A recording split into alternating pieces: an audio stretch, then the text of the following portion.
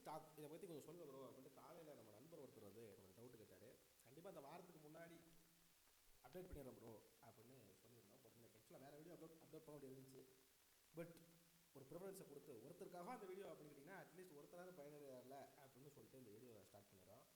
இந்த renting stock அப்படின்னு நிறைய கான்செப்ட் இருக்குது. ஷேரை வந்து வாடகைக்கு விடலாம் அப்படின்னு இது யாரும் பெருசாக பேச மாட்டான்னு வச்சுக்கோங்களேன். ஏன்னா அந்தளவுக்கு பெருசாக ஆர்வங்கள் கிடையாது. ஏன்னா அது ஏன் அப்படிங்கிறத வந்து நீங்கள் ரேட்டில் பாருங்கள் உங்களுக்கு புரியும்.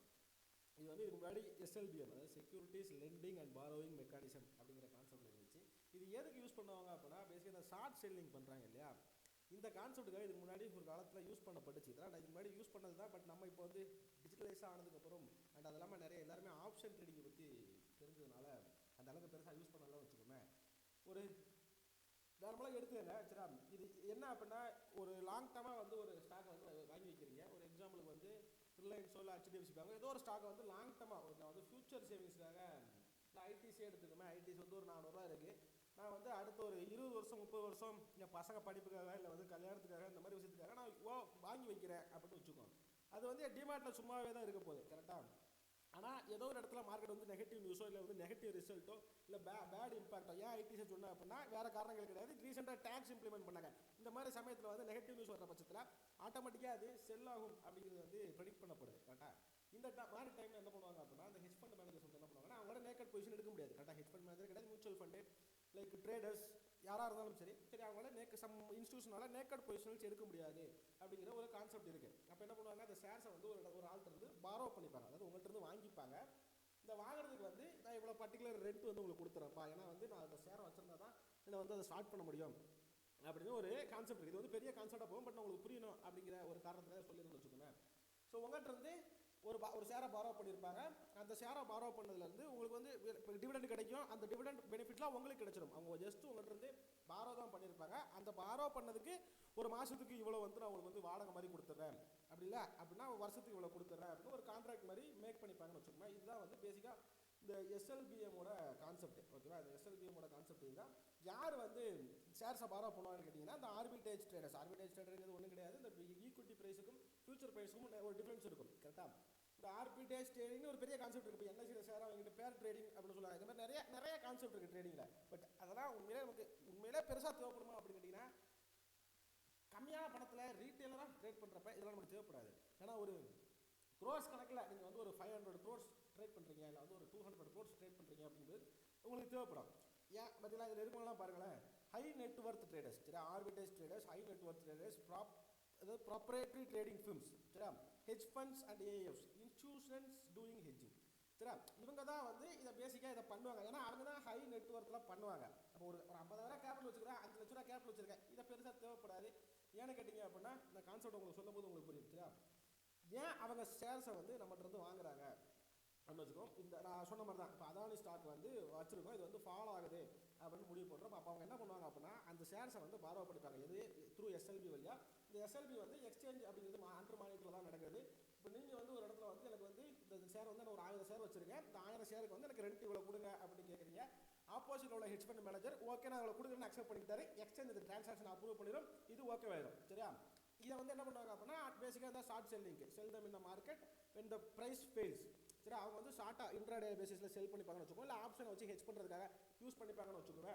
அது இப்போ 5000 அந்த ஸ்டாக்கு ஒரு 2400 2300 வந்துருச்சு. உங்களுக்கு அது கரெக்டாக அங்கே தான் இருக்க போகுது. ஏன்னா நீங்கள் லாங் டர்மாக தான் வச்சிருக்க போகிறீங்க கரெக்டாக. இங்கே சரி இங்கே வந்து 2300 வந்துருச்சு. இப்போது என்ன பண்ணுவாங்க இவங்க அங்கே வந்து திருப்பி பைபேக் பண்ணிப்பாங்க, 2300 சீப்பாக வாங்கிப்பாங்க. அவங்களுக்கு அது மூலமாக ஹெட்ஜ் ஆகும் அப்படிங்கிறத இந்த ஒரு கான்செப்ட். இதுக்காக தான் மெயினாக வந்து பாரோ பண்ணுவாங்க.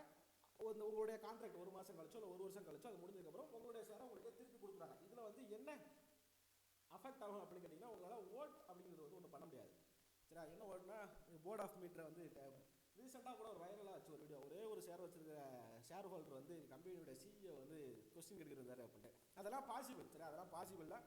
பேசிக்காக ஒரு ஸ்டாக்குங்கிறது வந்து ஒரு கம்பெனியோட முக்கியமான ஒரு இதாக கருதப்படுது. அதனால தான் P/E ரேஷியோ அந்த ரிசல்ட் வருது, இதெல்லாம் வச்சு ஸ்டாக் மூவ் ஆயிரும் அப்படின்னு கொஞ்சம் ஃபண்டமெண்டலாக ஒர்க் ஆகுதுன்னு நான் சொல்ல மாட்டேன், உட்காந்து பேசிக்கிட்டு இருக்கோம்.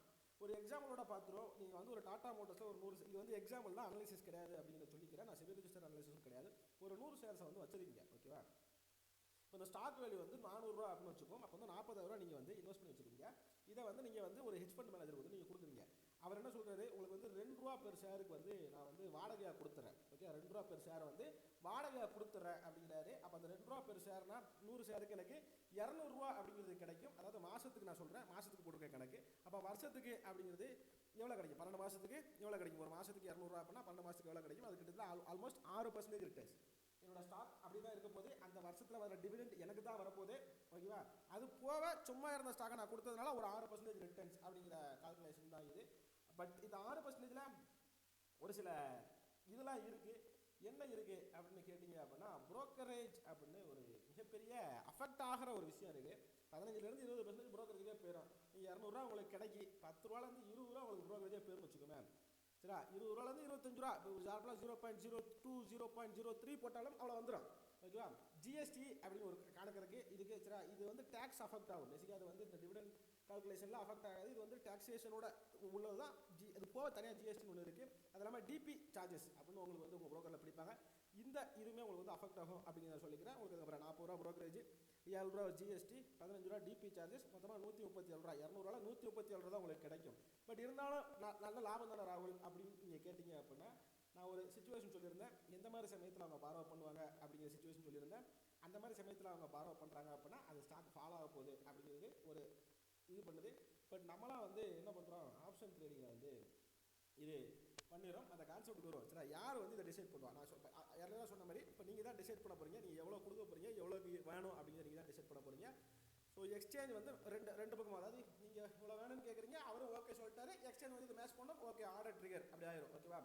இது எப்போ நடக்கும் அப்படின்னா, இப்போ ஹை டிமாண்ட் அப்படிங்கிற ஒரு கான்செப்ட் நடந்தால், அதாவது ஏதாவது முக்கியமான நியூஸ் வருது, அந்த நியூஸை பேஸ் பண்ணி நடந்தால் மட்டும்தான் உண்டு. அதேமாதிரி 24 மணி நேரமும் உங்களால் லெண்ட் பண்ண முடியுமா அப்படின்னு கேட்டிங்கன்னா பண்ண முடியாது. பேசிக்காக ஸ்டாக் லெண்டிங் அப்படிங்கிறது ஃபிக்ஸட் டெபாசிட் மாதிரி ஒர்க் ஆகாது. ஒன்லி அந்த ஷேருக்கு வந்து டிமாண்ட் இருந்தால் மட்டும்தான் அது ஒர்க் ஆகும் அப்படின்னு சொல்லிக்கிறேன். பட் அது பேசிக்காக இதை யோசிக்கல. 6% நான் வந்து ஒரு 100 ஷேர்ஸ் ஆஃப் டாட்டா ஷேர் வந்து வச்சுருக்கேன். ₹400 அப்படின்னு வச்சுக்கோமே. சரியா?